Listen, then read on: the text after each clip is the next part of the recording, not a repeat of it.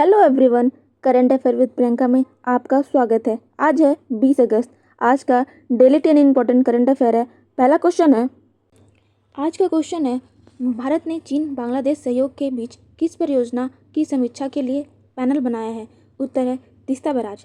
भारत सरकार ने तीस्ता नदी पर प्रभावित तीस्ता बैराज परियोजना की समीक्षा और हितों की सुरक्षा के लिए उच्च स्तरीय पैनल का गठन किया है। इंपॉर्टेंट फैक्ट क्या है? तीस्ता नदी का उद्गम सिक्किम के पांग लहामो झील के निकट होता है। यह नदी सिक्किम पश्चिम बंगाल होते हुए बांग्लादेश में प्रवेश करती है। चीन तीस्ता नदी पर तिब्बत ऊपरी तीस्ता क्षेत्र में जल संसाधन परियोजनाओं पर काम कर रहा है। बांग्लादेश लंबे समय से तीस्ता बैराज परियोजना में भारत की भागीदारी चाहता है। तीस्ता बैराज सिलीगुड़ी के पास गजलदोबा पश्चिम बंगाल में प्रस्तावित है। इसका उद्देश्य क्या है? तीस्ता नदी के जल पर भारत के अधिकार को और उपयोग सुनिश्चित करना, भारत की तीस्ता बैराज परियोजना को आगे बढ़ाने की रणनीति बनाना, चीन और बांग्लादेश की परियोजनाओं के प्रभाव का मूल्यांकन करना, सीमावर्ती जल प्रबंधन और जल सुरक्षा को मजबूत करना है। तीसरा क्वेश्चन है, टेस्ट क्रिकेट में 100 छक्के लगाने वाले सबसे तेज बल्लेबाज बनकर ऋषभ पंत ने किसका रिकॉर्ड तोड़ा है? उत्तर है एडम गिलक्रिस्ट का रिकॉर्ड तोड़ा है। इसका इंपॉर्टेंट फैक्ट क्या है? ऋषभ पंत ने टेस्ट क्रिकेट में 100 छक्के लगाने का मुकाम केवल 94 पारियों में हासिल किया। उन्होंने यह उपलब्धि इंग्लैंड के खिलाफ टेस्ट मैच में प्राप्त की। इससे पहले यह रिकॉर्ड ऑस्ट्रेलिया के महान बल्लेबाज एडम गिलक्रिस्ट के नाम था, जिन्होंने 100 छक्के लगाने के लिए 95 पारियां ली थी। ऋषभ पंत भारत के लिए टेस्ट क्रिकेट में आक्रामक बल्लेबाजी के प्रतीक बन चुके हैं। ऋषभ पंत की उपलब्धि का महत्व क्या है? यह उपलब्धि आधुनिक टेस्ट क्रिकेट में आक्रामक और सकारात्मक बल्लेबाजी के नए मानक स्थापित करती है। युवा खिलाड़ियों को यह प्रेरणा देती है कि वे निर्भीक होकर टीम के लिए तेज गति से रन बना सकते हैं। यह भारतीय क्रिकेट की बदलती सोच और खेल के आधुनिक दृष्टिकोण को दर्शाती है। भारत को टेस्ट क्रिकेट में और अधिक प्रतिस्पर्धी और मजबूत बनाना इसका बड़ा उद्देश्य है। चौथा क्वेश्चन है, नेशनल अनुभव अवार्ड में कितने लोगों को सम्मानित किया गया? उत्तर है 15 लोगों को सम्मानित किया गया है। इंपॉर्टेंट फैक्ट क्या है? नेशनल अनुभव अवार्ड की शुरुआत वर्ष 2021 में की गई। यह पुरस्कार कार्मिक एवं प्रशिक्षण विभाग भारत सरकार द्वारा प्रदान किया जाता है। यह अनुभवी सेवानिवृत्त अधिकारियों, कर्मचारियों और संस्थानों को उनके अमूल्य अनुभव और योगदान के लिए दिया जाता है। इस वर्ष 2026 में कुल 15 व्यक्तियों को यह सम्मान प्रदान किया गया।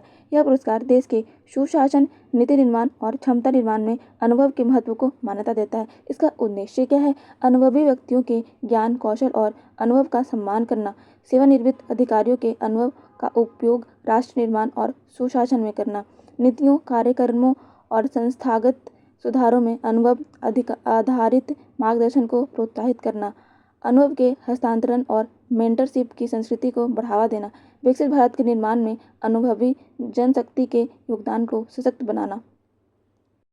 पांचवा क्वेश्चन है, रिलायंस किस कंपनी के साथ लड़ाकू विमानों के इंजन के विकास के लिए साझेदारी करेगा? तो उत्तर है रोल्स रॉयस के साथ साझेदारी करेगा। इसका इंपॉर्टेंट फैक्ट क्या है? यह साझेदारी 2026 के एरो इंडिया दृष्टिकोण और भारत के एरोस्पेस इकोसिस्टम को वैश्विक स्तर पर मजबूत करने की दिशा में एक बड़ा कदम है। इस साझेदारी के तहत भारत में लड़ाकू विमानों के एडवांस जेट इंजन के डिज़ाइन, डेवलपमेंट, टेस्टिंग और निर्माण पर काम होगा। यह मेक इन इंडिया और आत्मनिर्भर भारत अभियान को बढ़ावा देगा और उच्च तकनीक क्षेत्र में भारत की क्षमताओं को मजबूत करेगा। इससे भारत को रक्षा क्षेत्र में तकनीकी आत्मनिर्भरता, विदेशी निर्भरता में कमी और निर्यात की संभावनाओं में वृद्धि होगी। यह साझेदारी भारत को वैश्विक एरोस्पेस सप्लाई चेन में एक महत्वपूर्ण स्थान दिलाने में सहायक होगी। उद्देश्य क्या है?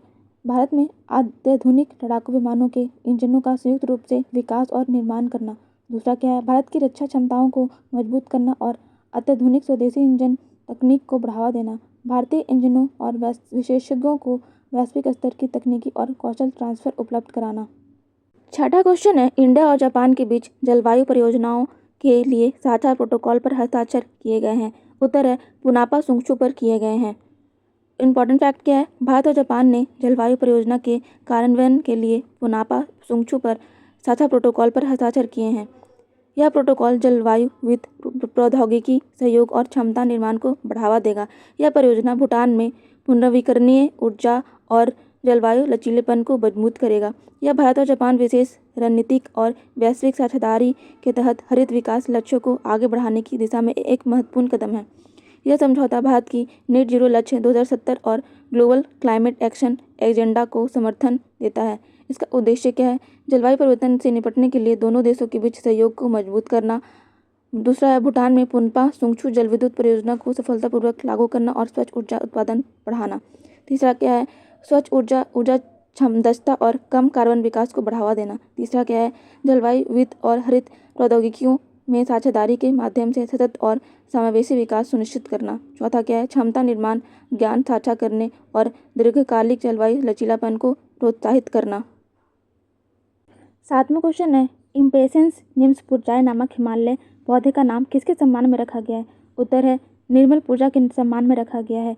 निर्मल पूजा कौन है? निर्मल पूजा एक प्रसिद्ध नेपाली पर्वतारोही हैं जिन्होंने 14 सबसे ऊंची चोटी 8000 मीटर से अधिक चोटियों को मात्र 7 महीने 7 दिन में सफलतापूर्वक फतह किया। उन्हें प्रोजेक्ट पॉसिबल के नाम से भी जाना जाता है। इसका इम्पोर्टेंट फैक्ट क्या है? इम्पेशंस निम्फपुरजाई बोल्समिनेशिए परिवार का एक नया प्रजाति पौधा है। यह पौधा पूर्वी हिमालय, भारत के अरुणाचल प्रदेश के ऊपरी सियांग जिले के उच्च ऊंचाई वाले क्षेत्र में पाया गया है।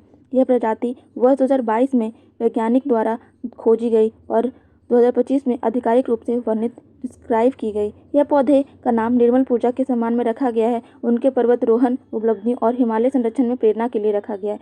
यह खोज हिमालय की जैव विविधता के अध्ययन और संरक्षण के लिए एक महत्वपूर्ण उपलब्धि है।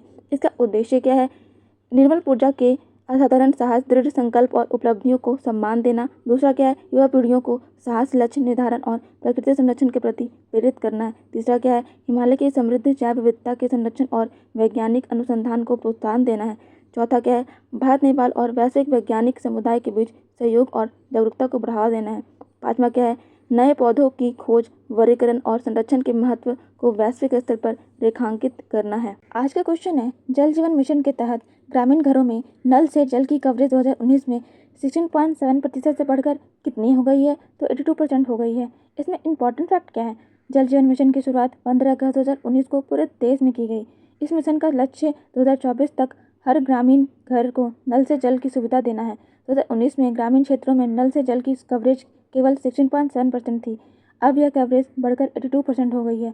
यह मिशन पेयजल की उपलब्धता, पहुंच, गुणवत्ता और स्थायित्व सुनिश्चित करता है। इसका उद्देश्य क्या है? जल जीवन मिशन का मुख्य उद्देश्य ग्रामीण क्षेत्रों के हर घर में नल कनेक्शन के माध्यम से सुरक्षित और पर्याप्त पेयजल उपलब्ध कराना है। दूसरा क्या है? हर व्यक्ति को पर्याप्त मात्रा में स्वच्छ और सुरक्षित पेयजल की नियमित उपलब्धता सुनिश्चित करना है। तीसरा क्या है? जल जीवन बीमारियों में कमी लाना और ग्रामीण परिवारों के स्वास्थ्य में सुधार लाना है। चौथा क्या है? महिलाओं और बालिकाओं को जल संग्रहण में होने वाली कठिनाइयों और समय की बचत करना है। पाँचवा क्या है? पेयजल संसाधनों का संरक्षण और उनके सतत प्रबंधन को बढ़ावा देना है। आपके लिए क्वेश्चन है, हाल ही में भारत के मुख्य चुनाव आयुक्त ज्ञानेश कुमार ने किस राज्य में इलेक्टोरल लिटरेसी क्लब 2.0 लॉन्च किया है? उत्तर को कमेंट बॉक्स में ज़रूर लिखिएगा। धन्यवाद।